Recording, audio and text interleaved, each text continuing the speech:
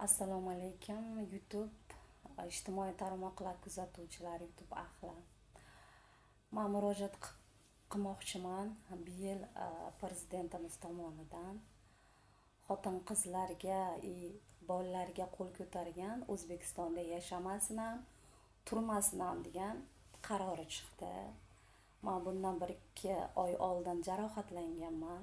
Farg'ona viloyati Quva tumani IBH xodimi Hojimetov Sardordan.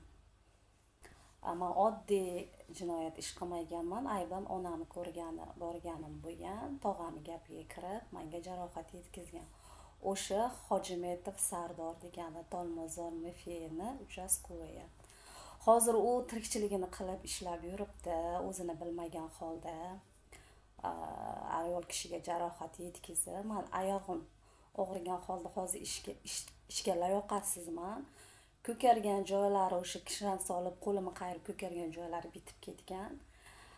Mendan keyin 1-2 oydan keyin Dimitrov qishlog'ida, Quva tumani Dimitrov qishlog'idan Bulutxon degan opaga bu Sardor Hojimetov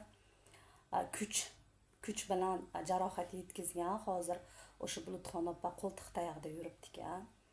Bu zo'ravon 2 ayolga qo'l ko'targan. Men Farg'ona viloyati Quva tumani komandirlariga murojaat qildim, lekin yordam bermadi.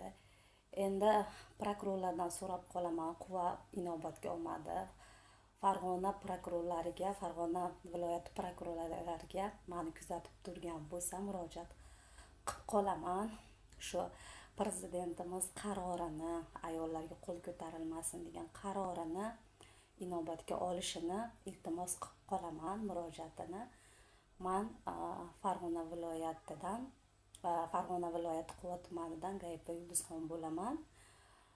Ikkinchi jarohatlangan o'sha Sardor Hojimetovdan Bulutxon opa bo'ladi, Dimitrov qishlog'idan.